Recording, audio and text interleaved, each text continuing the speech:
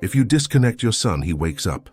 A poor girl with a terminal illness told the Millionaire. The city of London awoke under a heavy sky that April Thursday. Grey clouds drifted over the mirrored buildings of Canary Wharf, reflecting the metallic chill of a day that promised rain but never fully delivered it. Edward Silver observed all this from the panoramic window of his office on the 23rd floor, hands in the pockets of his Italian-tailored trousers, his impeccably shaved face revealing an expression that wavered between exhaustion and something much deeper that he still couldn't name. At 38 years old, Edward had achieved everything society considered synonymous with success. His company, Silvertech Solutions, was a leader in corporate software development across Europe. 3 international offices, over 500 employees, multi-million-pound contracts with multinationals, and a reputation built on precise decisions and unquestionable results. He was the kind of man who walked into a room and everyone instinctively straightened in their chairs, checked their reports, and even controlled their tone of voice. Respect, admiration, and in some cases, a silent fear accompanied his name. But none of that mattered now.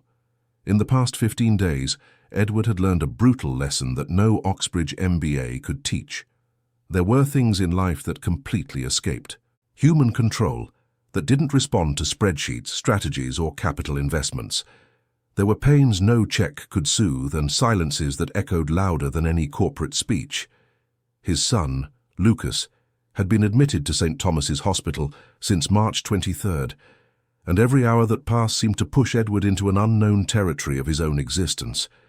The accident had been trivial, almost grotesque in its simplicity.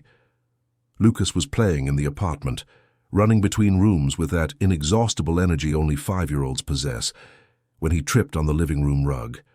The fall was quick. The impact against the corner of the coffee table was dry. In the first few seconds there was only a sharp cry of fright, but then came the vomiting, the sudden drowsiness, the confusion in the boy's eyes. Beatrice, the nanny who had been caring for Lucas for 3 years, acted quickly. She called emergency services, held the boy carefully and spoke to him, trying to keep him awake.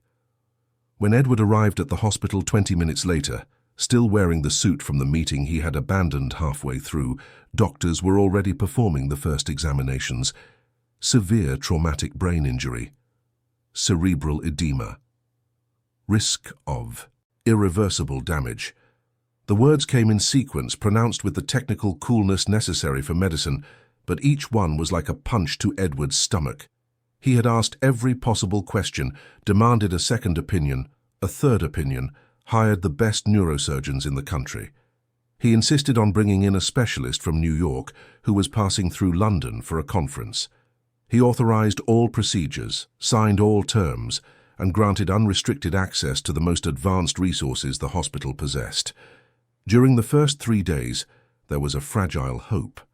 Lucas was breathing with the help of machines, but doctors spoke of stabilization, of waiting for the swelling to reduce, of possibilities for gradual recovery. Edward practically moved into the hospital. He slept in an armchair next to the bed, only leaving for a quick shower at the apartment 15 minutes away. He answered urgent work calls on his mobile, but his mind was always divided, always returning to that small, motionless body under white sheets, surrounded by tubes, monitors, and medical paraphernalia that seemed as much a promise of salvation as a confession of helplessness. Beatrice visited every day. She was a woman in her early 40s, with dark hair always tied back in a bun, hands calloused from so much care. She had practically raised Lucas while Edward built his empire. She knew every one of the boy's quirks, knew he didn't like carrots but loved broccoli, that he was afraid of clowns but found magicians fascinating, that he slept hugging a plush dinosaur named Rex. When she arrived at the hospital, Beatrice sat on the other side of the bed and held Lucas's tiny hand, talking softly about the day, about the drawings he had left unfinished, about the neighbor's dog that barked every morning. She cried in silence, but never in front of Edward. She knew he needed to believe there was control, that there was a plan, that this was temporary. Lucas's mother, Felicity, had divorced Edward 2 years prior. Their marriage had lasted 7 years, but their relationship was always marked by deep incompatibilities. Felicity was a plastic artist, living at a completely different pace from the methodical businessman Edward was. She painted abstract canvases, attended art openings, spent weekends at meditation retreats in the countryside. Edward, on the other hand, lived by spreadsheets, board meetings, and lightning-fast international trips. The separation was inevitable but never conflictual. They shared Lucas's custody equally, maintained mutual respect, and often discussed their son. When the accident happened, Felicity was on an artist residency in France. She returned immediately, took the first available flight, and arrived in the UK 3 days after the incident. The first moments at the hospital were filled with heavy silence. She entered the ICU, saw her son in that state, and something inside her broke in a way no words could mend. Edward hugged her, and for a few minutes they were just two desperate parents facing the inexplicable. In the following days, Felicity began to take turns with Edward by Lucas's side. They spoke little, but there was a tacit understanding between them. She brought fresh flowers every day, changed the water in the vases, and read children's stories aloud, even knowing her son wasn't reacting. Edward watched all this with a mixture of gratitude and helplessness. He was a man of action, someone who solved problems, who made difficult decisions without flinching. But there, in that silent ICU, there was no decision to be made. There was only waiting, vigil, the crushing weight of uncertainty. It was on the 10th day after the accident that doctors began to use a word Edward refused to accept: irreversible. Dr. Miller, a grey-haired neurologist with thin-framed glasses, called Edward and Felicity for a private conversation. He explained, with all possible delicacy, that the most recent tests showed no signs of improvement. Lucas's brain activity was minimal, almost non-existent. Machines maintained vital functions, but the body did not respond to stimuli. There were no reflexes. There was no medically founded hope of recovery. Edward listened to all this and felt a dull anger rise in his chest. No, he thought, I don't accept this. There's always a solution. There's always a way. He demanded more tests, asked to consult international specialists via video conference, wanted to know about experimental treatments, alternative therapies, anything that could change that diagnosis. Dr. Miller was patient, explaining that they had already explored all possibilities, that the medical team was doing absolutely everything modern science allowed. But there were limits. There were situations that escaped medical control. Felicity, unlike Edward, seemed resigned. She understood that not everything in life could be controlled, that there were mysteries greater than human will. She suggested that perhaps it was time to accept to let Lucas rest. Edward couldn't even consider that possibility. Give up, turn off the machines. It was unthinkable. It was a surrender he had never experienced in his life. He left that conversation with clenched fists, a locked jaw, his eyes burning with a mixture of exhaustion and revolt. In the following days, Edward plunged into an obsession with information. He spent hours reading scientific articles on traumatic brain injury, on rare cases of recovery, on new treatments being tested at universities around the world. He contacted researchers, offered funding for studies, willing to do anything, pay any price. But deep down he knew he was only postponing the inevitable, that he was clinging to an illusion of control in a universe that had already made it clear he had no power over that situation. It was in this state of mind that Edward decided to leave the hospital on a grey April afternoon. Lucas had been hospitalized for 15 days, and he hadn't left the vicinity of St. Thomas's since. Beatrice insisted he needed to breathe, walk a little, clear his mind. Felicity agreed, saying she would keep vigil while he was out. Edward hesitated, but eventually conceded. He put on a light jacket, picked up his wallet and walked out through the hospital's automatic doors with no definite destination. Oxford Street was as busy as ever. Thousands of people walked briskly, each carrying their own dramas, their own urgencies. Edward walked without haste, hands in his pockets, his gaze lost. The cold autumn wind cut across his face, but he barely felt it. He passed shop windows without looking, cafes full of people without registering, street musicians without listening. It was as if he were enveloped in a bubble of silence, disconnected from the world around him. It was when he stopped at a pedestrian crossing that he saw her for the first time. A small girl, no more than 8 years old, stood a few meters ahead. She wore a purple jacket too big for her frail body, worn trainers, and jeans rolled up at the cuffs. But what most caught Edward's attention was the portable oxygen cylinder she carried in an adapted backpack with a transparent cannula attached to her nose. The girl had very pale, almost translucent skin and deep-set eyes, those that carry much more experience than age should allow. She looked directly at Edward. It wasn't a casual glance, the kind exchanged between strangers on the street. It was a penetrating, almost unsettling gaze, as if she knew him, as if she knew exactly what he was going through. Edward instinctively looked away, disturbed. The light turned green and he crossed the street without looking back. But the image of the girl remained etched in his mind in a way he couldn't explain. He continued walking for a few more blocks, entered a cafe, ordered a double espresso he couldn't finish. He sat there for almost an hour, watching. People come and go, trying not to think about Lucas, trying not to think about anything. When he returned to the hospital, it was already getting dark. Felicity was in the waiting room, distractedly flipping through a magazine. "How is he?" Edward asked. "The same," she replied without looking up. "The doctors passed by an hour ago, no change." Edward nodded and headed to the ICU. He put on hospital scrubs, washed his hands with the required rigor, and entered the room where Lucas remained motionless. He sat in the chair beside the bed, held his son's small hand and stayed there in silence, listening to the constant beeping of the monitors. It was a sound that had already become part of his reality, a soundtrack of anguish that accompanied him even in brief moments of sleep. The next morning, something unexpected happened. Edward had spent the night in the hospital, sleeping in the reclining armchair the medical team had provided. Around 7 in the morning, Dr. Miller entered the room with a different expression. He held the results of a new electroencephalogram that had been performed overnight as part of the monitoring routine. "Mr. Silver," the doctor began, choosing his words carefully. "There has been a small change in Lucas's tests." Edward sat up immediately, his heart racing. "A change? What kind of change?" Dr. Miller explained that the electroencephalogram had picked up a slight oscillation in brain activity. It was discreet, almost imperceptible, but it was there.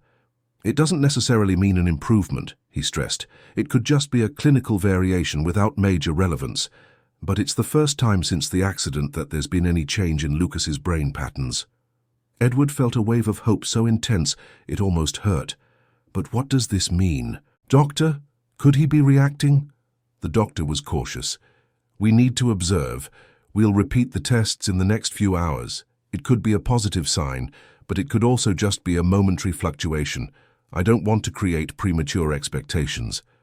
But there was something in Dr. Miller's voice, a hesitation, a veiled surprise that Edward immediately picked up. He knew that tone. It was the tone of someone seeing something they didn't expect, something that defied previous predictions. Edward squeezed Lucas's hand tighter, as if he could transmit all his will to live into that fragile body. Felicity arrived at the hospital shortly after 9 in the morning. Edward met her at the reception and told her the news. She listened attentively, but maintained a contained expression. They had been through so many emotional oscillations in recent days that she had learned not to cling to fragile hopes. "We'll see what happens," she simply said. Throughout the rest of the morning, Edward couldn't stay still.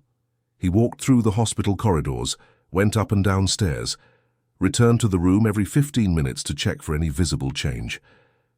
Beatrice arrived near noon, bringing a homemade, packed lunch that she insisted Edward eat. He accepted only not to displease her, but barely touched the food. It was during the afternoon that something even stranger happened. Edward was at the hospital's main reception, dealing with bureaucratic issues related to Lucas's treatment, when he thought he saw the girl again. She was on the other side of the lobby, wearing hospital attire, that light blue gown typical of admitted patients. The oxygen cylinder was beside her, and she was looking in Edward's direction with the same intensity as the day before. He blinked, trying to make sure of what he was seeing. When he looked again, the girl had disappeared. Edward left the service counter and walked quickly to where she had been. He searched the adjacent corridors, but there was no sign of her. He returned to reception and asked the attendant if she had seen a small girl, in hospital clothes with portable oxygen. The employee looked at him strangely. "No, sir. I haven't seen anyone matching that description around here just now," Edward insisted, describing the girl in more detail. But the attendant merely repeated that she hadn't noticed anyone like that. He felt a growing discomfort. Was he going crazy? Was exhaustion making him see things? He shook his head, trying to dismiss those thoughts, and returned to the ward where Lucas was admitted. That night, while Felicity had gone home to rest, Edward remained alone in the room. Around 11 o'clock, a nurse came in to check vital signs. She was a young woman with delicate features who had been working at the hospital for only a few months. She performed the routine procedures, noted the data on the electronic chart, and was about to leave when she stopped at the door and looked at Edward with a curious expression. "Mr. Silver," she began hesitantly, "can I ask a question that might be inappropriate?" Edward nodded, too tired to care about protocols. "Do you know any girl who is admitted here at the hospital? A small, very thin child who uses oxygen?" Edward's heart leaped. "Why do you ask?" "Well," the nurse continued, "earlier today I saw her walking down the restricted pediatric ward corridor. I thought it was strange because that area has controlled access, but she seemed to know exactly where she was going. I thought maybe she was a family acquaintance." Edward stood up quickly. "Do you know who she is? Which room is she in?" The nurse shook her head. "I couldn't identify her. When I went to check the system, I didn't find any patient with those characteristics in the ward. It was very strange. That's why I asked you." Edward felt a shiver run down his spine. So he wasn't imagining things. Someone else had also seen the girl. But who was she? Why was she in the hospital? And why did she seem to always be around? "Could you check the security cameras?" Edward suggested, anxious for answers. The nurse said she could request access to the recordings, but it would require a formal justification. Edward didn't want to insist at that moment. He thanked her for the information and asked her to let him know if she saw the girl again. After the nurse left, he stayed awake for hours, unable to sleep, his mind spinning around that mystery. In the early hours of the morning, something happened that would change everything. It was around 3 in the morning when Edward finally managed to doze off in the armchair next to Lucas. He was in a light sleep, the kind where you remain conscious of the sounds around you, when he heard something that made him fully wake up. It was Lucas's voice, low, almost inaudible, but definitely his voice. Edward stood up abruptly and approached the bed. "Lucas," he called softly, "can you hear me?" But the boy didn't open his eyes. He gave no sign of consciousness. Edward pressed the call button for the nursing staff and stood there, holding his son's hand, his heart pounding. When the nurse came in, he explained what had happened. She checked all the monitors, examined Lucas, but found nothing different. "It might have just been an involuntary reflex, Mr. Silver," she explained gently. "Sometimes the vocal cord muscles contract and produce sounds that seem like words, but they don't have a conscious origin." Edward knew she was medically correct, but something within him insisted it had been more than that. He was absolutely sure he had heard Lucas murmur something, and worse, he was sure the word had been her. She promised. Who was she? What had she promised? Edward felt a mixture of confusion and fear. Was Lucas's subconscious reacting to some presence? Was there some connection between his son and that mysterious girl who seemed to circulate through the hospital corridors like a ghost? The rest of the night passed in tense vigil. Edward couldn't sleep anymore. He stayed there, observing each assisted breath of Lucas, each beep of the heart monitor, each number changing on the digital screens. When the sun began to break through the window blinds, he felt an overwhelming weight on his shoulders. It wasn't just physical exhaustion. It was something deeper, a feeling of being dragged into a territory where logic and reason no longer held sway. Felicity arrived early that morning, bringing clean clothes for Edward and coffee from the French patisserie across from the hospital. He told her about the episode in the early hours, about Lucas's possible voice, about the nurse who had also seen the mysterious girl. Felicity listened attentively, but her expression remained neutral. "Edward," she finally said, "you've been here for 16 days, barely sleeping, barely eating. The mind plays tricks when we're under extreme pressure. Maybe you're projecting hopes, creating connections where none exist." He wanted to disagree, wanted to insist that something real was happening, but he had no way to prove it. The facts were nebulous, the evidence circumstantial. Maybe Felicity was right. Maybe he was starting to lose his sense of reality. But then came the next event that would make it impossible to ignore that something extraordinary was underway. Edward had gone down to the hospital car park to retrieve some documents he had left in his car. It was noon on a sunny Friday, an almost cruel contrast to the somber atmosphere of the ICU. He opened the door of his black saloon, took the leather brief from the back seat and was about to lock the vehicle when he noticed something on the dashboard. It was a small piece of paper, carefully folded, that definitely hadn't been there when he had parked days ago. He picked up the paper with a mixture of curiosity and apprehension. He unfolded it slowly and felt his blood run cold as he read what was written. The letters were childlike, drawn with a blue pen, large and irregular, like those of a child still learning to write. The message was short, but carried a weight that Edward couldn't comprehend. Trust or lose everything. There was no signature.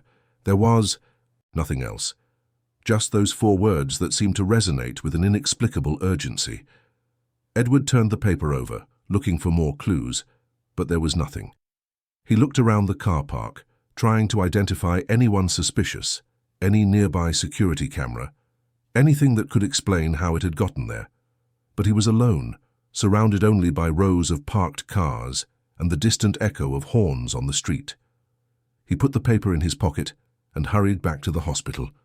His first impulse was to find security, report the incident, demand they check the car park footage, but something stopped him. If he did that, he would have to explain why a simple note had shaken him so much. He would have to admit he was seeing a mysterious girl, that his son had murmured impossible words, that he himself no longer knew how to distinguish between reality and delusion. So he decided to keep it to himself, at least for now.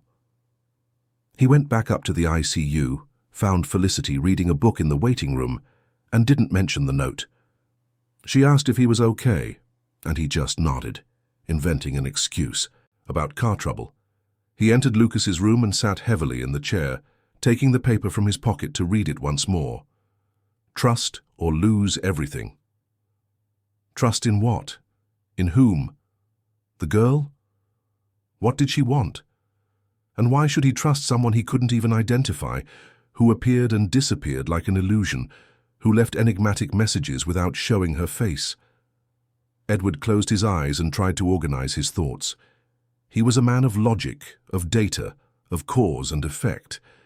But everything that was happening defied any attempt at rationalization. There was a disturbing synchronicity between the events. The girl appearing at the most critical moments, Lucas's brain oscillation right after the first encounter, the murmured words in the early hours, and now that note. He remained there, immersed in hazy reflections, until late afternoon. That was when Dr. Miller entered the room with new test results. The neurologist had an expression Edward had learned to decipher, a mixture of professional caution and contained surprise. "Mr. Silver, we have news about Lucas," the doctor announced. "Today's test showed that his brain activity presented new oscillations. They are slight, still very subtle, but consistent.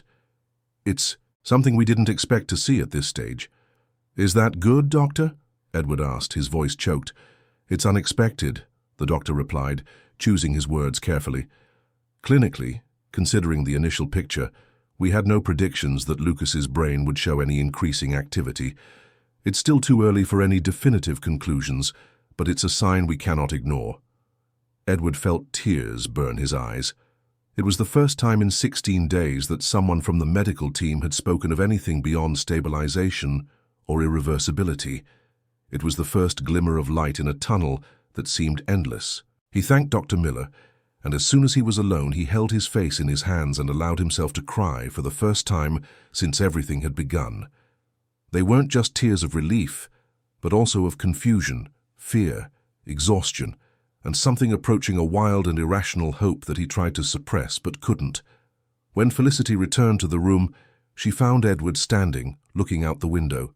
He told her about the new medical report, and she hugged him tightly, allowing herself to believe, if only for a moment, that perhaps the worst was behind them.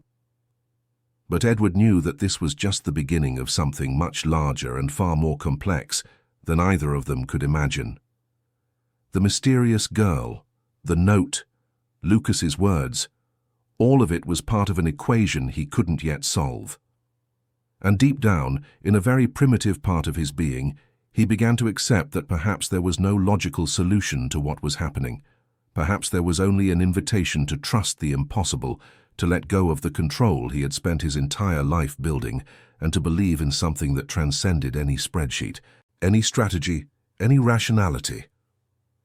Night fell over London, bringing with it the typical autumn chill and a crescent moon barely visible among the low clouds. Edward remained by Lucas's side, holding his small hand, whispering words of encouragement that perhaps the boy could hear on some deep level of consciousness. And as he did so, he looked at the half-open door of the room, half expecting, half fearing that the girl with deep eyes and failing breath would appear again, bringing with her more mysteries, more impossibilities, more invitations to trust in what reason insisted on denying, but what his heart was, slowly and painfully beginning to accept. The weekend arrived, bringing with it a strange routine of vigil and observation. Edward had become a voluntary prisoner of that hospital room, where every beep of the monitors sounded like a promise or a threat, depending on the moment. Felicity also spent her days there, but at night she returned to the apartment she kept in Notting Hill, arguing that at least one of them needed to be minimally rested. Edward didn't argue.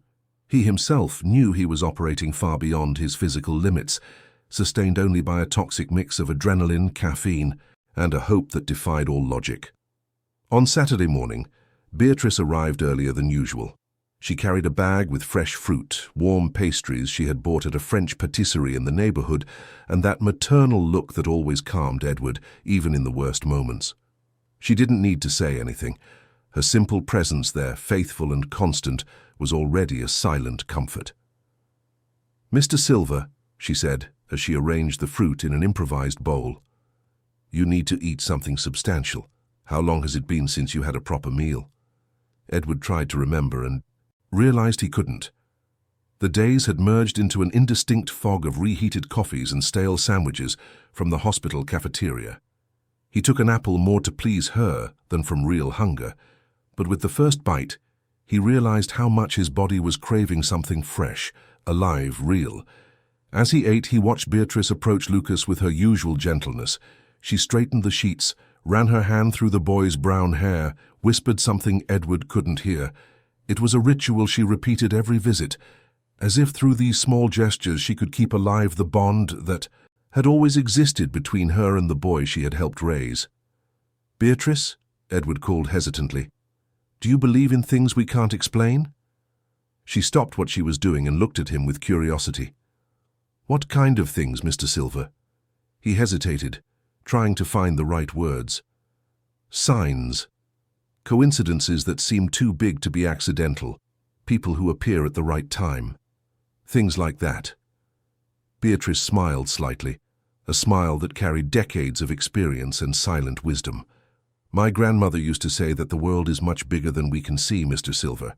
She said that some things happen because they have to happen, even if we don't understand why." "And you believe that?" "I believe we don't know everything," she replied simply, "and that sometimes, when we're at rock bottom, strange things appear that can be a light or a trial. It's up to each of us to decide what to do with it." Edward nodded, thoughtful. Beatrice's words resonated with something he had been feeling but couldn't articulate. There was a part of him, deeply buried under layers of rationality and skepticism, that was beginning to accept that perhaps he was being guided by something greater, something that completely escaped his control. The rest of Saturday passed without major medical news. Lucas remained stable, the monitors showed constant rhythms, and the doctors on rounds repeated the same careful phrases as always. But Edward felt a growing unease.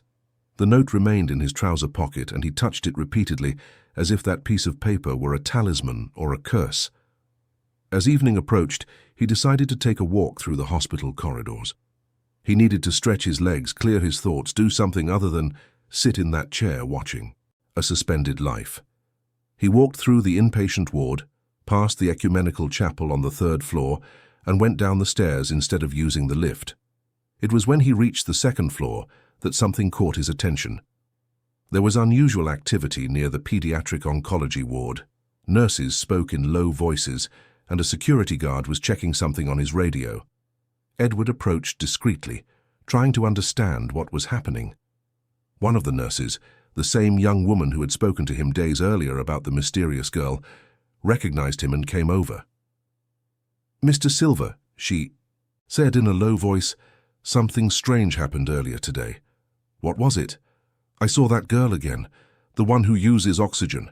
She was walking towards the palliative care ward, but when I checked the records, there was no patient with that description admitted in that area." Edward felt his heart race. "Are you sure it was her?" "Yes, I am. And it wasn't just me. 2 other staff members saw her too. One of them even tried to approach her to offer help, but the girl just turned a corner and disappeared, as if she had never been there." "And the cameras?" Edward asked, trying to keep his voice calm. The nurse hesitated before answering. "I asked security to check. The images only show vague, undefined figures, nothing clear. It's as if the camera can't focus properly. The maintenance staff are saying it must be a technical problem, but it was very strange." Edward thanked her for the information and stood there for a few seconds, trying to process it. The girl was appearing to other people too. It wasn't just his imagination, not delusion induced by exhaustion.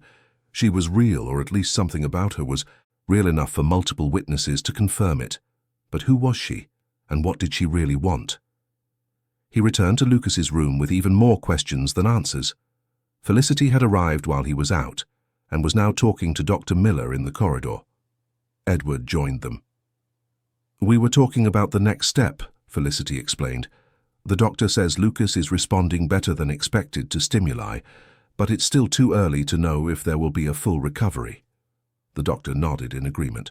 "What we are seeing is unusual, Mr. Silver. I won't lie by saying I fully understand what's happening. From a neurological standpoint, we expected stagnation or decline, not improvement. But the most recent tests show increasing activity in areas that were practically inert." "Does that mean he might wake up?" Edward asked, almost afraid to hear the answer. "It means there are possibilities where before we only saw impossibilities," Dr. Miller replied. "We'll continue to monitor closely. Each case is unique, and Lucas is showing us that he might belong to the statistic of unexpected recoveries." After the doctor left, Edward and Felicity stood alone in the corridor.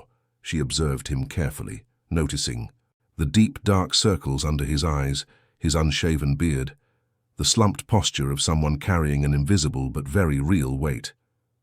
"Edward," she said softly, "you need to rest. You're not helping Lucas by destroying yourself like this." He wanted to disagree, wanted to say he couldn't rest, that every minute away from there felt like a betrayal, but something in Felicity's expression made him quiet. She was right. He was at his limit, operating on autopilot, and soon he wouldn't be useful to anyone, much less to his son. "All right," he finally conceded.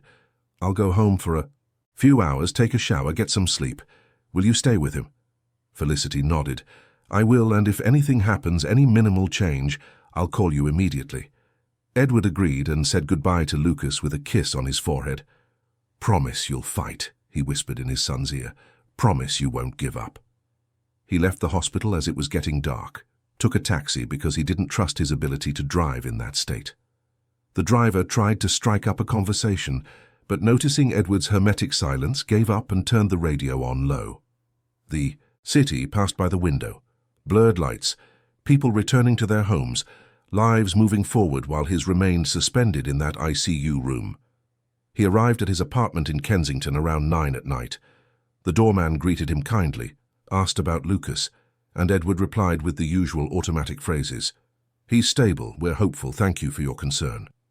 He went up to the penthouse on the 18th floor, opened the door, and was met by an almost oppressive silence.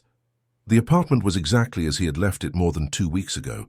The living room table still had Lucas's toys scattered, a half-finished puzzle, some toy cars lined up. The kitchen was clean thanks to Beatrice, who passed by every couple of days to keep everything in order, but there was a palpable emptiness, an absence that transformed that luxurious space into an empty shell. Edward went straight to the bathroom. He let the shower water heat up until it turned to steam and stood under the hot spray for an indefinite time, letting the temperature relieve at least some of the tension accumulated in his muscles. He closed his eyes and allowed his mind to wander aimlessly. Images mixed: Lucas's smiling face, the mysterious girl looking at him, the note with enigmatic words, Felicity reading to her son, Beatrice adjusting the sheets, Dr. Miller talking about possibilities. When he came out of the shower, it was past midnight. He wrapped himself in a towel and went to the bedroom, where he lay down on the bed without even turning on the light. He thought he wouldn't be able to sleep, that his mind would continue to spin in infinite circles of worry and questioning. But exhaustion took over, and in a few minutes he plunged into a deep, dreamless sleep. He was awakened by a noise. He opened his eyes, disoriented, not knowing what time it was or how long he had slept. The room was dark, only a sliver of streetlight entering through the crack in the curtains. He lay motionless for a few seconds, trying to identify what had woken him. Then he heard it again. It was the sound of something falling, coming from the living room. He sat up in bed, his heart pounding. Had someone broken into the apartment? He grabbed his phone from the bedside table and turned on the flashlight, leaving the room carefully. He walked down the dark corridor, each step measured, his breath held. When he reached the living room, he turned on the light. There was no one. But something had changed. Lucas's toy cars, which had been neatly lined up on the table, were now scattered on the floor. Not chaotically, but arranged in a specific pattern, forming almost a circle. In the center of that circle was something that made Edward's blood run cold. It was another origami, identical to the one he had found on Lucas's bed at the hospital. A precisely folded paper star resting there as if it had been placed on purpose. Edward approached slowly, his hands trembling. He picked up the origami and examined it. It was real, solid. It existed. It was not a product of his imagination. Someone had entered the apartment while he slept and left it there. But how? The doorman hadn't announced any visitors. The doors were locked. The windows, too. There were no signs of forced entry. He checked the entire apartment, every room, every closet, every space where someone could hide. Nothing. He was completely alone. He returned to the living room and sat on the sofa, the origami still in his hand, trying to understand what was happening. It was impossible. It was all impossible. But it was happening, and he could no longer deny it. His phone rang, making him jump. It was Felicity. He answered immediately, his stomach churning with anxiety. "Edward," her voice was filled with emotion, "you need to come back to the hospital now." "What happened?" he asked, already standing and looking for his clothes. "It's Lucas," she replied, and for the first time in weeks there was something beyond caution in her tone. "He moved his fingers, Edward. I was holding his hand and he squeezed. It was weak, but it was deliberate, I'm sure." Edward didn't wait to hear anything else. He hung up, dressed in a hurry, grabbed his wallet and keys, and rushed out of the apartment. He ran down the stairs because he couldn't wait for the lift, sped through the building lobby like a hurricane, got in his car in the car park, and drove through the empty streets of early morning London with a mixture of hope and dread. He arrived at the hospital in record time, parked haphazardly, and ran to the ICU. Felicity was waiting for him in the corridor, her eyes red but bright. She hugged him tightly and whispered in his ear, "He's reacting, Edward. Our son is reacting." They entered the room together. Dr. Miller was already there, accompanied by 2 nurses, all checking the monitors and taking notes. Lucas was exactly as Edward had left him hours before, but there was something different in the air, an electricity, a promise. "Mr. Silver," the doctor began, trying to maintain a professional tone but unable to hide his surprise. Lucas presented voluntary motor movements. "About 20 minutes ago. First it was a movement in his fingers, then a slight facial contraction. These are signs of active neurological response. This is extremely positive. "Is he going to wake up?" Edward asked, his voice trembling. "It's still too early for guarantees, but the signs point to a recovery that honestly we didn't expect to see. We will continue to observe, but this completely changes the prognosis." Edward approached the bed and held Lucas's hand. It was warm, alive. He squeezed gently and waited, all his senses on alert. And then it happened. It was subtle, almost imperceptible, but it was there. Lucas moved his fingers, squeezing his father's hand back. It was the lightest touch in the world, but it meant everything. It meant he was still there, fighting, responding, coming back. Tears streamed down Edward's face without him trying to hold them back. Felicity approached, and the three of them stood there, united around that small being who, against all odds, was finding his way back. Dr. Miller and the nurses discreetly withdrew, giving them privacy for that moment. It was then that Edward remembered the origami. It was in his jacket pocket. He took it out and showed it to Felicity. "I found this in the apartment an hour ago," he explained, "just like the one that appeared here at the hospital." Felicity examined it, confused. "How did it get there?" "I don't know, but it happened right before you called me." They exchanged glances, both understanding that something bigger was happening, something that transcended medical or logical explanations. There was a pattern, a connection between the events that couldn't be ignored. In the following hours, Lucas continued to show small signs of response. Rapid eye movements, muscle contractions, even a variation in respiratory rhythm that suggested increasing consciousness. The medical team was perplexed but professional, documenting every change, adjusting medications, preparing protocols for what could be a gradual recovery. When Sunday dawned, Edward and Felicity were exhausted but unable to leave the room. Beatrice arrived early and brought fresh coffee and warm cheese puffs. She heard about the news with silent joy, made the sign of the cross, and murmured a prayer of gratitude that neither of them fully heard but both respected. It was during the morning that something happened that would definitively change the course of everything. Edward had gone out to get a coffee in the hospital cafeteria when he saw her. The girl was in the corridor, leaning against a wall, the oxygen cylinder beside her. She looked directly at him, those deep eyes filled with an intensity that paralyzed him. This time, he didn't hesitate. He walked towards her, determined to finally get answers. But as he approached, the girl began to walk in the opposite direction, slowly, as if inviting him to follow her. Edward quickened his pace, but she always maintained the same distance, turning corners, passing through doors, always a few meters ahead. Finally, she entered a small empty waiting room at the end of the corridor. Edward followed her and closed the door behind him. The girl stood in the middle of the room, her small hands holding the oxygen cannula. She looked at him with a serenity that contrasted completely with her fragile appearance. "Who are you?" Edward asked, trying to keep his voice steady. The girl didn't answer immediately. She just observed him, as if evaluating something he couldn't comprehend. Finally she spoke, and her voice was low but clear, carrying a maturity impossible for her age. "You received my message. So it you who left the note in my car?" She nodded slightly. "And the origami in my apartment?" Another nod. "How did you get in there? And who are you? What do you want from me?" The girl walked to a chair and sat down carefully, adjusting the oxygen tube. "My name doesn't matter," she said. "What matters is that your son needs something you're not yet ready to give." "What are you talking about?" "Trust," she replied simply. "You need to trust the impossible. You need to stop trying to control everything and let things take their natural course." Edward felt a growing frustration. "That's not an answer. You appear, leave enigmatic messages, but explain nothing. How do you expect me to trust?" The girl looked at him with an ancient sadness. "Because there's no other option. Your son is at a crossroads, Mr. Silver, between remaining tethered to the machines that keep him alive or returning on his own. But for him to return, you need to make a very difficult choice." "What choice?" She stood up and walked to the window, looking out. "You'll know when the time comes, but I'll tell you one thing," she continued, turning to face him again. "This is the last chance. After tomorrow, the window closes, and everything that's being built now will unravel." Edward felt a shiver run down his spine.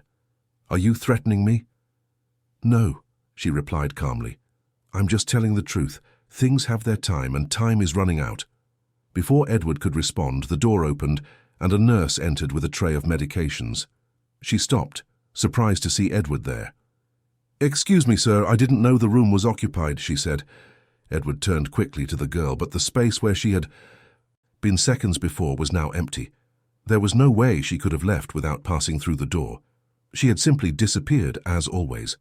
The nurse noticed Edward's confused expression. "Is everything all right, Mr. Silver?"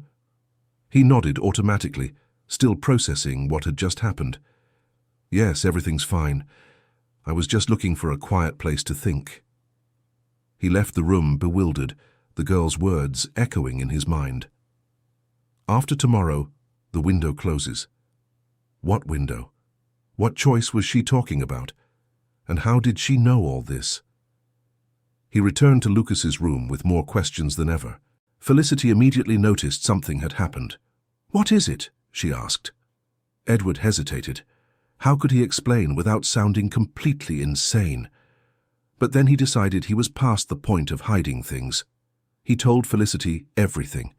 The conversation with the girl, the enigmatic words, the mysterious deadline, the impossible disappearance.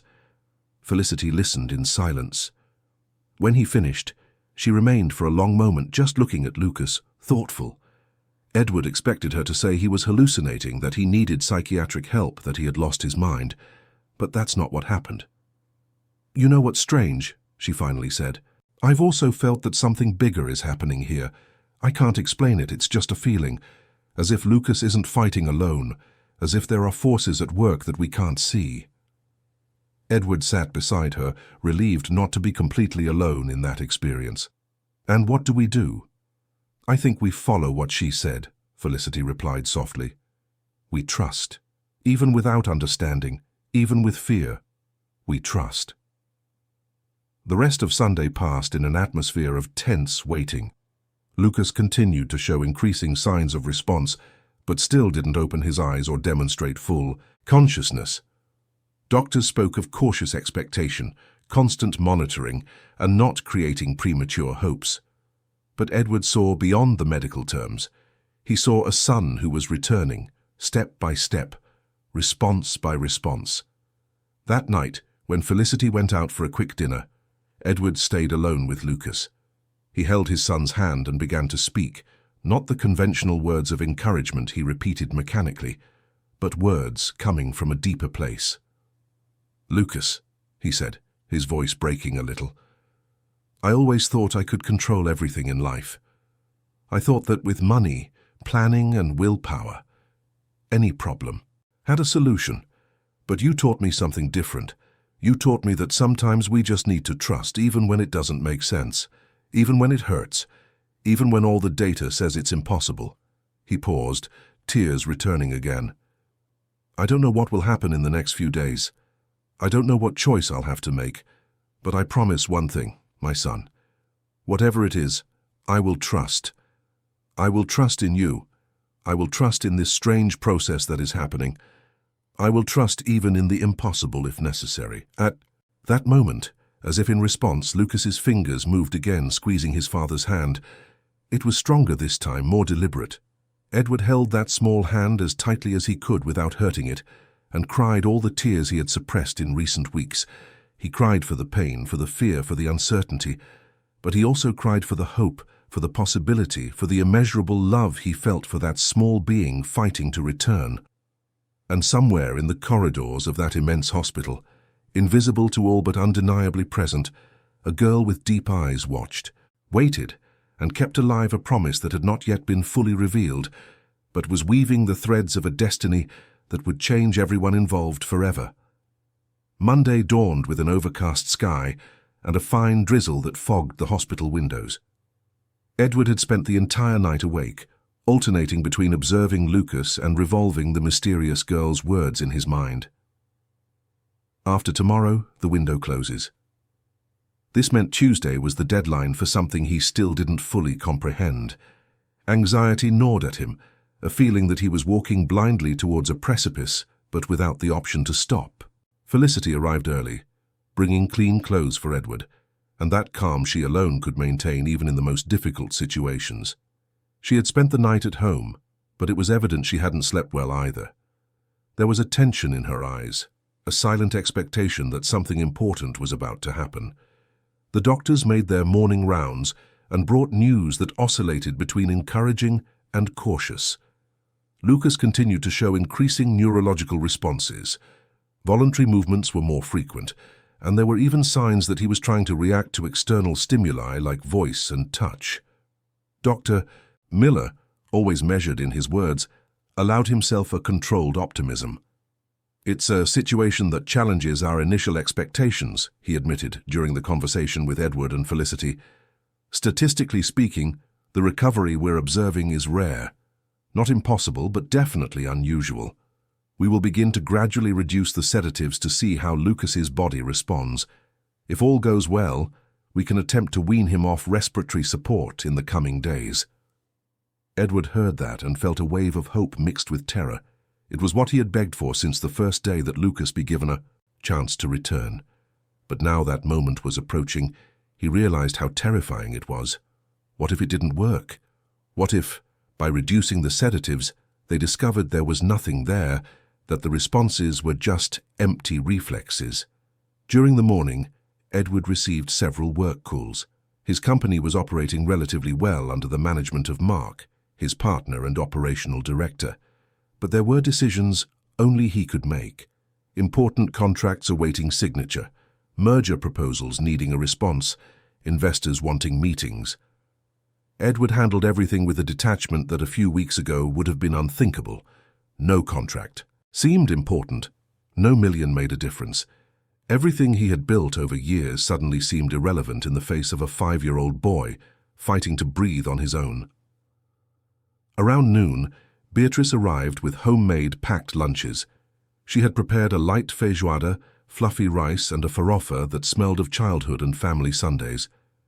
Edward ate mechanically, more not to disappoint her than from hunger. Felicity did the same, and the three sat in the small waiting room attached to the ward, eating in silence, each lost in their own thoughts. It was Beatrice who broke the silence. "Mr. Silver, may I ask you something?" He nodded, grateful for any distraction. "Have you thought about what you'll do when Lucas comes back? I mean, will anything in your life change?" Edward stopped eating and looked at his plate. The question was simple but carried enormous weight. "Yes," he finally replied. "Everything will change. I thought I knew what was important. I thought building a company, making money, being successful, was what defined who I was. But now I know I was wrong. What defines me is that boy there in that bed. It's being able to be present when he wakes up. It's being able to see him grow, learn, live. Everything else is just detail." Beatrice smiled with moist eyes. "It's good to hear that, Mr. Silver. It really is." In the afternoon, while Felicity rested on one of the sofas in the waiting room and Beatrice had gone out to attend to some personal matters, Edward stayed alone with Lucas. The room was silent, broken only by the rhythmic sound of the monitors. He pulled the chair closer to the bed and began to speak again, this time telling stories from his own childhood.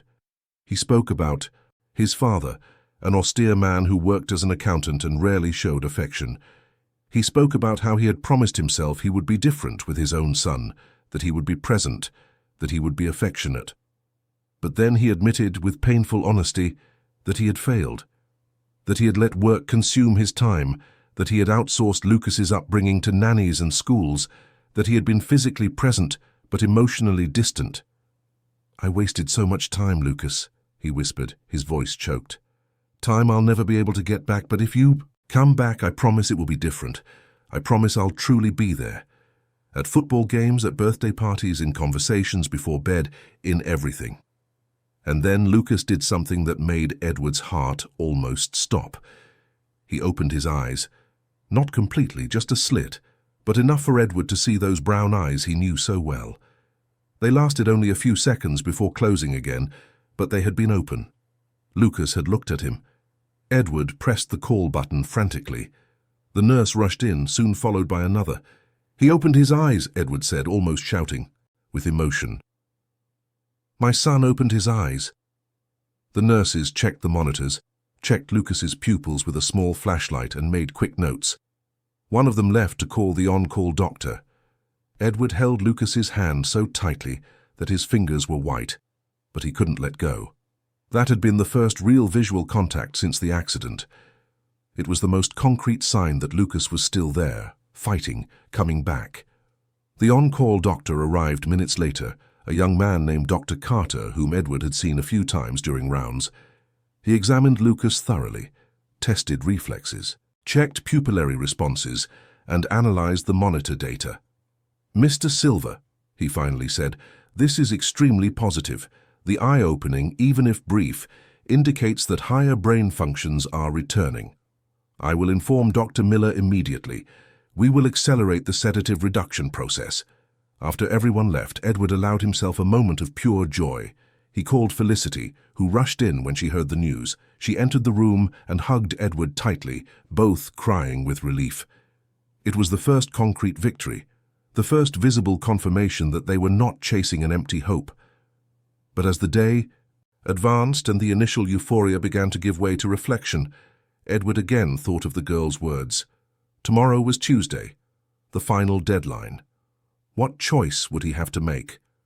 And why did he feel deep in his being that this choice would be much more difficult than any decision he had ever made in his life? Night fell, bringing with it a colder temperature. Edward and Felicity decided to spend the night at the hospital, taking turns keeping vigil beside Lucas. Around 10 at night, while Felicity dozed in the armchair, Edward went out to walk a little, through the corridors. He needed to clear his mind, organize his thoughts, and mentally prepare for what was to come. It was when he was passing the hospital chapel that he felt an impulse to enter. Edward had never been religious. He had been raised in a family that attended church out of social obligation, but he himself had never developed any kind of faith. God, to him, had always been a convenient abstraction for those who needed easy answers. But now, standing at the entrance of that small empty chapel, he felt something different. A need he couldn't name. He entered slowly and sat on one of the front benches. The place was silent, lit only by a few votive candles flickering in the dim light. There was no one else there. Edward stayed for a few minutes, just breathing, trying to find some inner peace. Then, for the first time in decades, he prayed. He didn't quite know how to do it. He didn't know memorized prayers, so he simply spoke from the heart. "If there's anyone listening," he began, his voice low and hesitant, "I need help. I don't know what's happening. I don't know what I have to do. But if you can guide me in some way, I promise I'll pay attention. I promise I'll do whatever it takes for my son." It was then that he felt a presence. It was nothing visual or auditory, just a very strong sensation that he was no longer alone. He turned slowly and saw her. The girl was sitting on the back bench, observing him in silence. Even in the faint candlelight, her deep eyes seemed to glow with an intensity of their own. Edward stood up and walked to her. This time, there was no fear or confusion, only a resigned acceptance that this presence, whatever it was intertwined with Lucas's destiny. "Did you come to give me the answer?" he asked, sitting on the bench beside her. The girl remained silent for a moment, then spoke in that low but clear voice. "I came to ask you the right question, because you already know the answer. You're just afraid to admit it." "What question?" She looked directly at him. "How much of your control are you willing to let go of to save your son?" Edward felt a knot in his throat. "I don't understand." "Yes, you do understand," she insisted. "The doctors will want to run tests. They'll want gradual weaning, established protocols, maximum safety. They'll keep Lucas dependent on machines as long as possible because that's what makes sense from a medical perspective. But his body won't respond that way. He needs a leap of faith, not a calculated transition." Edward felt a chill run down his spine. "Are you saying I should ask them to turn off the machines?" "I'm saying you need to trust the natural process. Stop trying to control every variable. Let him find his own way back." "But what if he doesn't make it?" Edward asked, his voice breaking. "What if without the machines he simply passes away?" The girl held his hand with surprising firmness for someone so frail. That's the nature of faith, Mr. Silver. There are no guarantees. There's no spreadsheet that shows the outcome. There's only the trust that when you let go of control, something greater takes over. Edward remained silent, processing that. It was the most impossible choice he could imagine. Asking doctors to remove his own son's life support, based only on the word of a mysterious girl who appeared and disappeared like a ghost. It was madness. It was going against all logic, all science, all common sense. But then he remembered the words he had spoken minutes earlier during his improvised prayer. I promise I'll do whatever it takes for my son. Was he willing to truly keep that promise? When do I have to decide? He asked, already knowing the answer. Tomorrow at noon, she replied. That's when the window reaches its peak before it begins to close.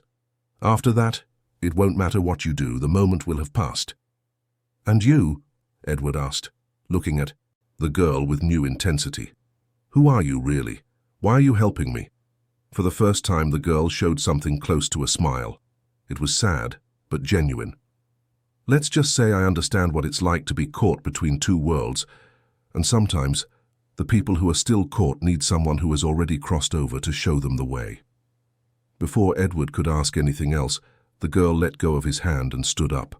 She walked towards the chapel door, and this time Edward didn't try to follow her. He just watched as she disappeared into the dimness of the corridor, leaving behind only the echo of her words and the overwhelming weight of a decision that would change everything. Edward remained seated in that chapel for another hour, perhaps two. He lost track of time, immersed in thoughts that spun in increasingly tight circles. Eventually he got up and returned to Lucas's room. Felicity was awake, catching up on the medical chart on her tablet. "Where were you?" she asked, concerned. "Thinking," he replied simply. She noticed something different in his expression. "Did something happen?" Edward sat beside her and, for the second time that day, decided to hide nothing. He told her about the encounter in the chapel, about the girl's words, about the impossible choice he would have to make. He expected Felicity to react with disbelief or horror, to call him crazy for even considering something like that, but that's not what happened. She remained silent for a long time, just looking at Lucas. Finally, she spoke, her voice low but firm. "Edward, in recent years I've learned to trust things I can't see or touch. I've learned that the universe has its own plans, that not everything needs to make rational sense to be true. And I can tell you one thing, ever since Lucas started to get better, I've felt a presence around him. Something I can't explain, but that is there, protecting him, guiding him." "Are you saying I should do what she asked?" Felicity looked at him with tears in her eyes. "I'm saying I can't make that decision for you. He's your son as much as he is mine, but somehow I feel that this choice has to come specifically from you. But whatever your decision, I will support it, because I trust you, Edward. And more importantly, I trust the love you feel for our son." They stayed there the rest of the night, side by side, sometimes talking, sometimes just existing in the shared silence. Lucas remained stable, the monitors marking constant rhythms, oblivious to the drama unfolding around him. From time to time he would briefly open his eyes, look unfocused at some indefinite point, and close them again. Each time this happened, Edward felt a pang of hope mixed with terror. Tuesday dawned clear, the sun finally breaking through the clouds that had covered London for the past few days. Edward hadn't slept, but strangely he didn't feel tired. It was as if he was operating on a different level of consciousness, driven by something greater than simple adrenaline. Dr. Miller appeared early with news. Overnight tests showed Lucas was responding increasingly well. The team had decided to accelerate the sedative reduction process, and if everything continued to progress, they would begin respiratory weaning tests later that week. Edward heard all this and felt the weight of the decision he had to make. The medical team was following established protocols, doing everything gradually and controlled. It was the safe path, the path that made sense, but the girl's words echoed in his mind. He needs a leap of faith, not a calculated transition. He spent the entire morning debating internally.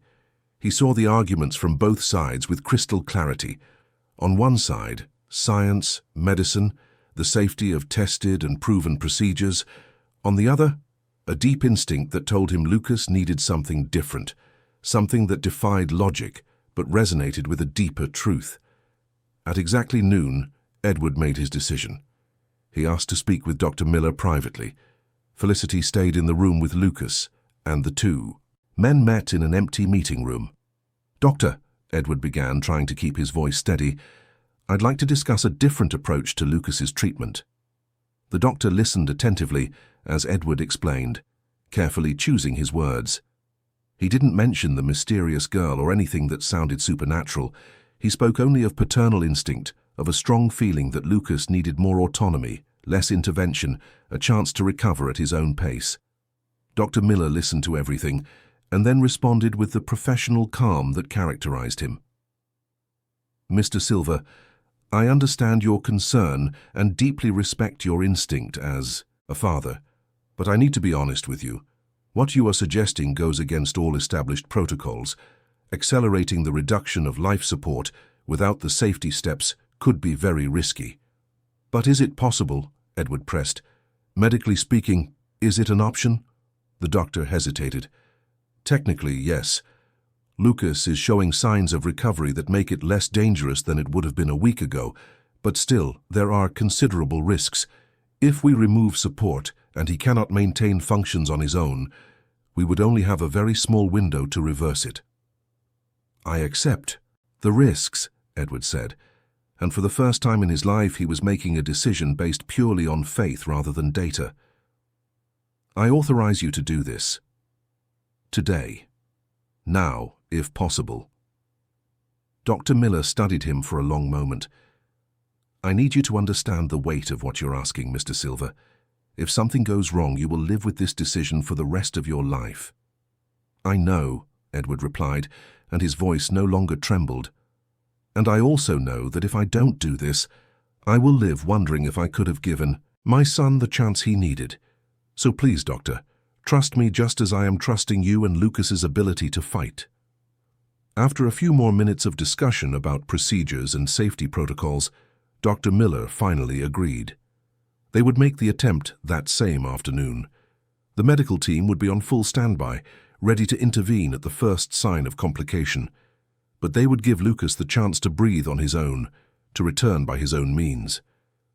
Edward thanked him and returned to the room.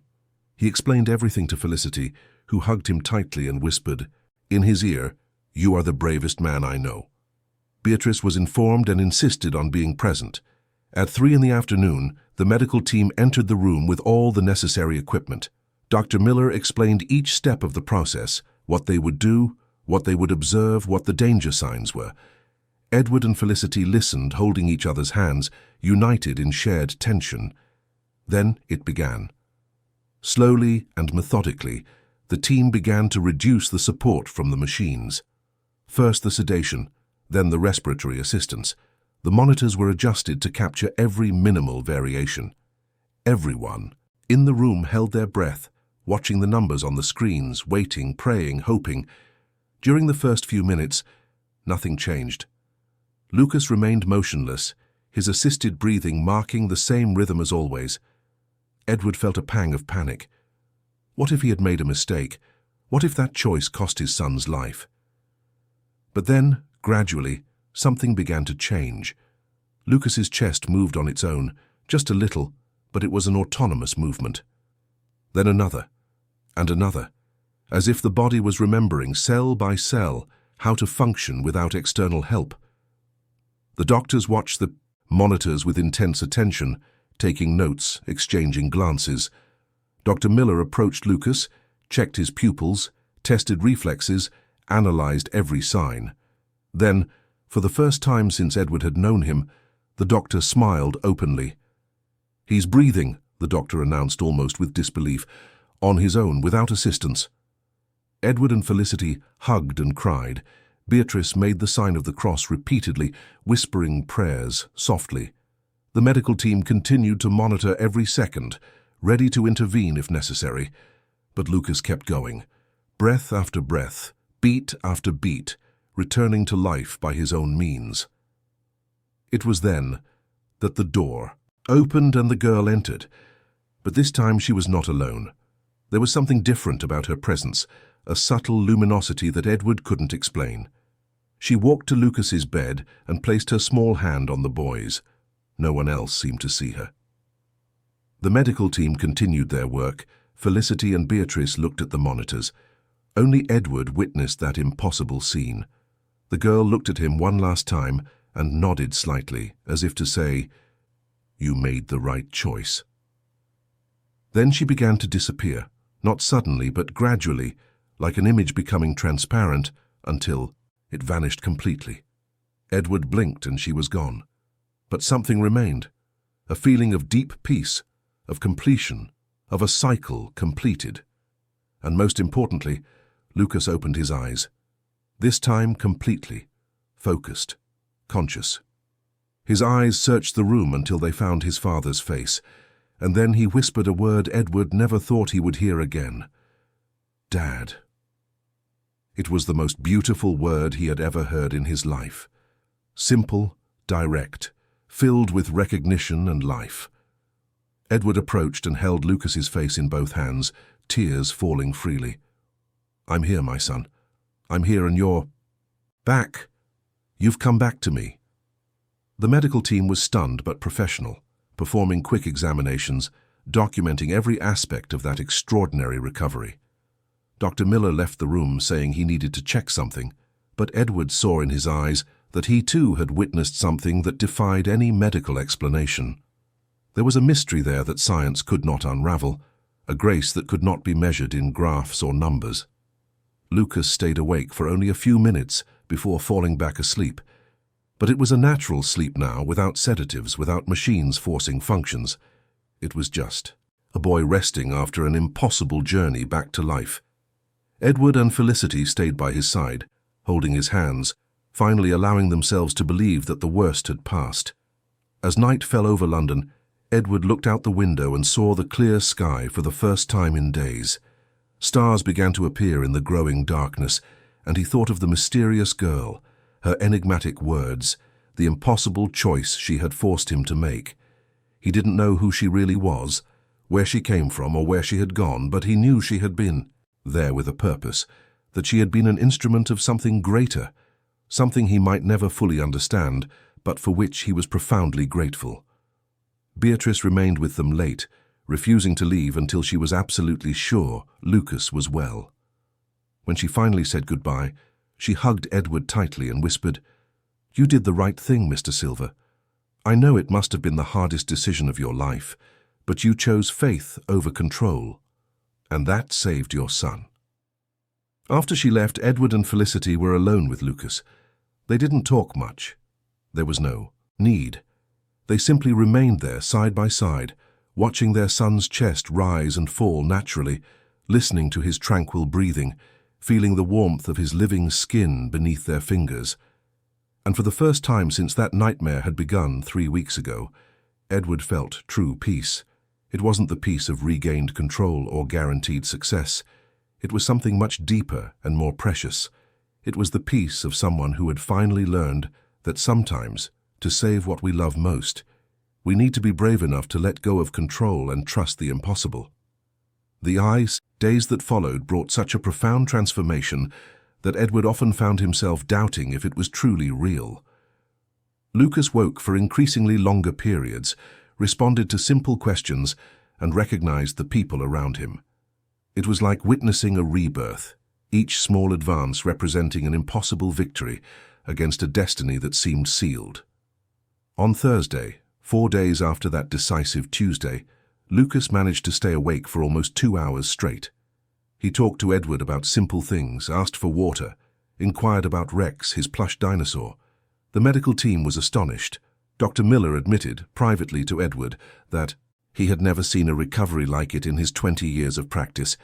It was something that defied statistics, that rewrote what he thought he knew about the human brain and its capacity for regeneration.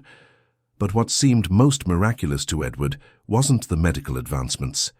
It was being able to have real conversations with his son again. It was seeing that shy smile, that soft laugh when Beatrice told funny stories. It was life returning to a body everyone had considered lost. It was colors returning to a world that had been too grey for too long. Felicity was radiant. She spent hours drawing with Lucas, reading children's books, singing songs he loved. There was a lightness in her that Edward hadn't seen in years, a genuine joy that transcended the tension that had always marked their relationship. In a calm moment while Lucas slept, she approached Edward in the corridor. "Thank you," she said simply. "For what?" "For having the courage to do what none of us could. For trusting in something you didn't even fully understand. You brought our son back, Edward." He shook his head.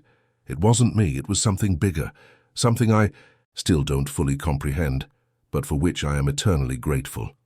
She hugged him, and they stood like that for a few minutes, united in shared gratitude for a second chance that should not have been possible.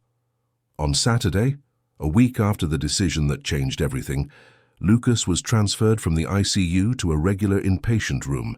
It was a huge step, symbolizing that he was out of critical danger. The new room was larger, had wide windows that allowed natural light to enter, and a much less oppressive atmosphere than the ICU. Edward hired an interior designer to make the environment more welcoming, with dinosaur stickers on the walls, educational toys scattered around, all to make Lucas feel less like a patient and more like a child in the process of healing. It was during that weekend that something happened that Edward would never forget. It was Sunday morning. The sun streamed brightly through the windows, and Lucas was playing with some toy cars that Beatrice had brought. Felicity was sitting in an armchair reading, and Edward watched everything with silent contentment. Suddenly, Lucas stopped playing and looked directly at his father. "Dad," he called, his voice still, a little weak but clear. "Can I ask you something?" "Of course, my son, anything." Lucas hesitated as if trying to find the right words. "There was a girl who came to see me while I was sleeping. She was very small, had a tube in her nose, and looked very tired. Do you know her?" Edward felt his heart pound. Felicity looked up from her book, equally attentive. "What else do you remember about her, Lucas?" The boy frowned, concentrating on the memory. "She said I could come back if I wanted to, really wanted to, that my dad would do the right thing at the right time. She was very nice, but also seemed sad. She said she had been away from home for too long." Edward approached and knelt beside the bed. "Did she tell you anything else?" Lucas nodded. "She said everything would be all right, that I didn't need to be afraid to come back, that many people were waiting for me, and that I still had many things to do here. Then she held my hand and stayed by my side until I really woke up. Then she left. Do you know who she was, Dad?" Edward felt tears burn his eyes. "I'm not sure, my son, but I think she was an angel, someone who came to help us when we needed it most." Lucas seemed satisfied with that answer and went back to playing with his toy cars. But Edward and Felicity exchanged a meaningful look. The girl had not only appeared to him, she had also appeared to Lucas in the intermediate world where he had been trapped between life and what would come next. She had been a bridge, a guide, a presence that kept the flame of hope alive when all seemed lost. That afternoon, while Lucas slept and Felicity had gone out for lunch, Edward decided to do something he had been putting off. He went down to the hospital reception and asked to speak with someone from the administrative department. He was attended by a middle-aged woman named Marion, who had worked there for over 15 years. "Can I help you with anything, Mr. Silver?" she asked cordially. Edward hesitated, then asked, "I'd like to know if, in recent months, there has been a pediatric patient admitted here. A girl about 8 years old, very thin, who housed portable oxygen. She would have brown hair, deep-set eyes, very pale." Marion thought for a few moments, then accessed the computer system. She checked registrations, cross-referenced information, searched in different wards and periods. After almost 15 minutes, she shook her head. "I'm sorry, Mr. Silver. We have no record of any patient with those characteristics in the last 6 months. Are you sure you saw her here at St. Thomas's?" "I'm sure," Edward replied, but he already expected that answer. Marion seemed genuinely confused. "It's very strange. Our system is quite comprehensive. If she was admitted or even just consulted here, there would be some record. What if she had been here longer, perhaps a few years ago?" Marion performed new searches, going further and further back in the history. Finally, after almost half an hour, she stopped at a specific entry. Her eyes widened. "Mr. Silver," she said slowly, "there's something here that might be interesting. About 3 years ago, we had a patient admitted to pediatric oncology. A 6-year-old girl at the time, prolonged treatment, a very delicate condition. She fits the physical description you gave." Edward felt a shiver. "What was her name?" Marion turned the screen so he could see. "Anna Claire Morrison." The photo in the record, though small and low quality, was unmistakable. It was her, the mysterious girl who had changed everything. "What happened to her?" Edward asked, though something inside him already knew the answer. Marion looked at the screen with sadness. According to the records, she did not respond to treatment.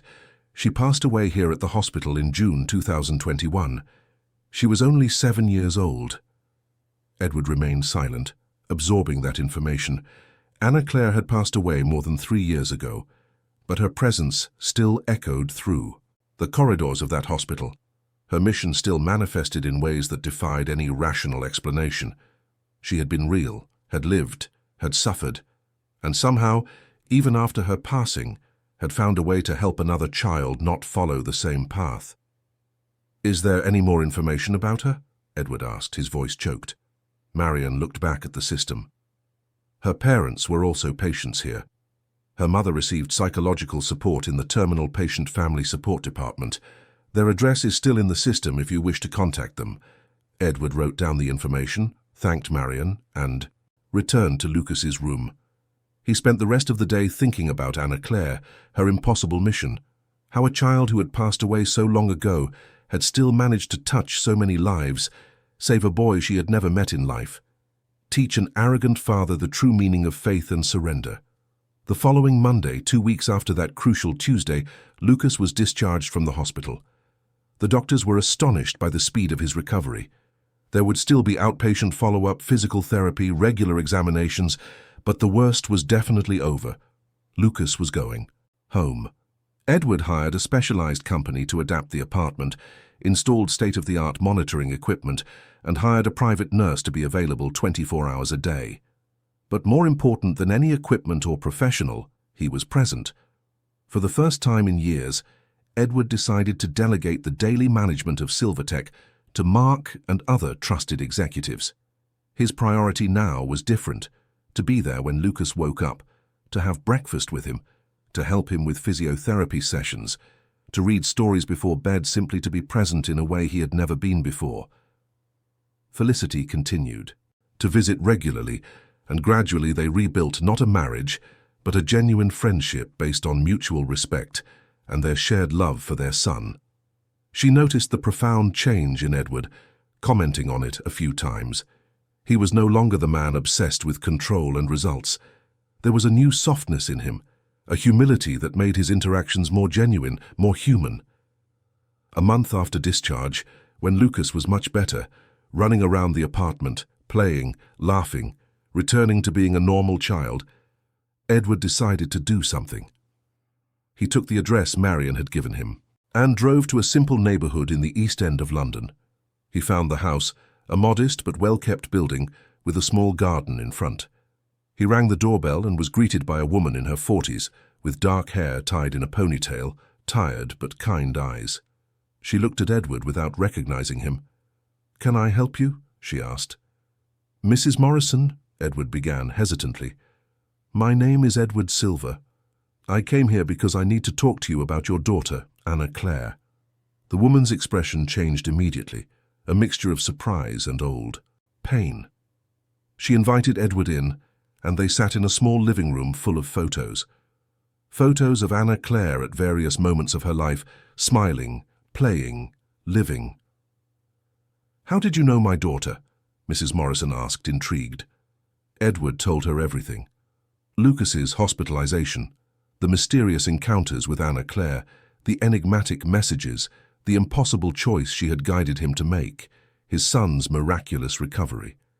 He expected the woman to think he was crazy, to throw him out of her house, but that's not what happened.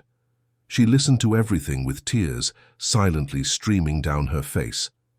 When Edward finished, she picked up a small wooden box from a side table and opened it.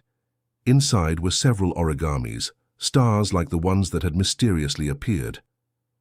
Anna Claire made these all the time at the hospital, she explained, her voice breaking. She said they were stars of hope, that each one held a wish for healing for someone who needed it. Edward felt a lump in his throat. "Do you believe what I told you?" Mrs. Morrison nodded. Anna Claire was always special. Even when she was very sick, very weak, she worried more about the other children in the hospital than about herself. She distributed her origamis, comforted those who were scared, said that if she couldn't stay, at least she wanted others to. She had a light inside her, Mr. Silver, a light that not even her passing could completely extinguish. They talked for hours. Mrs. Morrison told him about Anna Claire's last months, about her courage, her generosity, her immeasurable love for life, even when life was being so unfair to her. Edward showed photos of Lucas, told about his recovery, about how Anna Claire had been fundamental in that process even years after her passing. Before leaving, Edward asked, "What can I do for you for your daughter's memory?" Mrs. Morrison thought for a moment. Anna Claire always dreamed of helping other sick children. If you truly want to honor her, help make that dream come true. 2 weeks later, Edward announced the creation of the Anna Claire Institute, a foundation dedicated to supporting families of children with serious illnesses. The institute would offer psychological support, financial aid, access to treatments, everything that could alleviate the burden these families carried. He invested a significant amount of his personal wealth in the project and invited Mrs. Morrison to join the board of directors. The news spread quickly. Various companies joined the cause, volunteer professionals offered their services, and in a few months, the institute was operational, helping dozens of families. It was a living legacy of a girl who had passed away too soon, but whose influence continued to touch lives, save hopes, keeping alive the light of compassion in a world that often seemed too dark. Lucas, as he grew and regained his strength, heard the full story of Anna Claire. Edward hid nothing, told him about the mysterious girl who had appeared in the most difficult moments, who had guided impossible decisions, who had been a constant presence even when no one else saw her. Lucas listened to everything with an impressive seriousness for a child his age. "She was a real angel, wasn't she, Dad?" he said one night just before going to sleep. "I think so, my son. An angel who came to remind us that even in the most desperate situations, there is hope, that even when all seems lost, there is a way back. And that love is stronger than any illness, any challenge, any impossibility." Lucas smiled and hugged Edward tightly. "I love you very much, Dad." "I love you very much too, Lucas. More than any words can express." Months turned into years. Lucas grew up healthy, without significant sequelae from that terrible period. He became a smart, generous boy who carried with him a wisdom about fragility and gratitude that few children possessed. He frequently visited the Anna Claire Institute, talked to other sick children, and distributed origamis that he himself had learned to make, following the tradition of the girl who had helped him return. Edward transformed completely. The cold and distant businessman gave way to a present-involved man who measured success not by signed contracts or generated profits, but by shared moments, provoked smiles, given hugs. Silvertech continued to grow, but now under a different philosophy, one that valued the balance between work and personal life, that encouraged employees to prioritize their families. Beatrice continued to be a fundamental part of the family. She had witnessed all that transformation with the silent wisdom of someone who understands that miracles are not violations of natural laws, but manifestations of a love that transcends those laws. She cared for Lucas with the same affection as always, but now shared that responsibility with a much more present and involved Edward. Felicity found a new balance in her life too. She returned to painting with renewed vigor, her canvases now exploring themes of rebirth, hope, second chances. She maintained a close relationship with Edward, not as a wife but as a partner in Lucas's upbringing and as a genuine friend. There was a peace between them that didn't exist even when they were married, a mutual acceptance that love takes different forms and that all are valid when they come from a true place. On certain nights, when everything was silent in the apartment and Lucas slept peacefully in his room, Edward would go to the balcony and look at the stars. He thought of Anna Claire, the courageous girl who had fought so much, who even after her passing had found a way to continue helping, to keep her mission of comfort and hope alive. He didn't know if he would ever fully understand what had happened in those crucial days at the hospital. He didn't know if there was a rational explanation for apparitions, mysterious notes, origamis that appeared impossibly, but he didn't need to understand either. He had learned that life is much bigger than logic can encompass, that there are forces at work behind the scenes that we cannot measure or control, and that sometimes the bravest thing we can do is simply trust. Trust in love, trust in hope, trust that even when all seems lost, there can be a way back that we cannot yet see. On Lucas's 5th birthday after the accident, they organized a big party at the apartment. Beatrice prepared a feast, Felicity decorated everything with a dinosaur theme, and dozens of little friends came to celebrate. Edward watched all of it, the noise of children playing, the laughter echoing through the rooms, vibrant life filling every corner, and felt a gratitude so profound it almost hurt. During the party, Lucas approached him holding something in his hands. It was an origami, a perfectly folded star. "I made this for you, Dad," he said, handing him the paper. Edward took the star and felt tears burn his eyes. "Why?" "Because you always teach me that stars are for making wishes, and I wanted to give you one so you could make a special wish." Edward hugged his son tightly, that simple gift worth more than anything money could buy. "I already know what my wish is," he whispered, "that you will always be happy, that you will live a life full of love, laughter, and worthwhile moments, that you will be kind to people, that you will help when you can, that you will make a difference in the world as certain people made in our lives." Lucas nodded seriously. "I'll try, Dad. I promise." The party continued until evening. When everyone had left and the apartment returned to silence, Edward took that paper star and placed it in a small special box he kept on his office shelf. Inside that box were the other stars, the ones that had appeared mysteriously during the darkest days. He kept them as reminders that miracles happen, that the impossible sometimes becomes real, and that love is capable of crossing barriers that reason insists are insurmountable. Years later, when Lucas was already a teenager and applying for university, he decided to write his essay about a transformative experience. He chose to tell about Anna Claire, about the girl he had met in a dream but who had been as real as anyone he had ever crossed paths with. He wrote about gratitude, about second chances, about how sometimes the most important people in our lives are those who stay with us for the shortest time but leave marks that last forever. The essay was so touching that it became a topic of discussion among the school's teachers. The educational counselor asked to meet Edward. He wanted to better understand that extraordinary story. When they talked, Edward told him everything, from beginning to end, without hiding any details, without trying to rationalize the inexplicable. The counselor listened to everything, and then said something that would stay with Edward forever. "You know what your story teaches me, Mr. Silver, that the true miracle wasn't your son waking up. It was you having the courage to trust, because faith isn't believing when everything makes sense. Faith is believing especially when nothing makes sense. And by choosing to trust instead of control, you not only saved your son, you saved yourself." Edward left that conversation with a sense of completeness.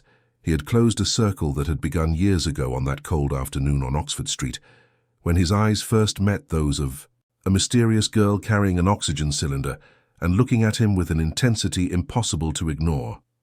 Life took its natural course. Lucas entered university, choosing medicine with a focus on pediatrics. He said he wanted to help other children as he had been helped, wanted to be for someone what the doctors at St. Thomas's had been for him. Edward fully supported the decision, proud of the man his son was becoming. The Anna Claire Institute grew and became a national reference in supporting families of sick children. Hundreds of lives were touched. Hundreds of stories of hope were written. Mrs. Morrison worked tirelessly at the foundation, keeping her daughter's memory alive through concrete actions that alleviated the suffering of other fathers, other mothers, other children going through what they had gone through. Edward aged with dignity, carrying with him the lessons of those crucial days. He never again tried to control everything, never again measured his worth by the size of his bank account. He learned to value simple moments, long hugs, unhurried conversations, shared silences.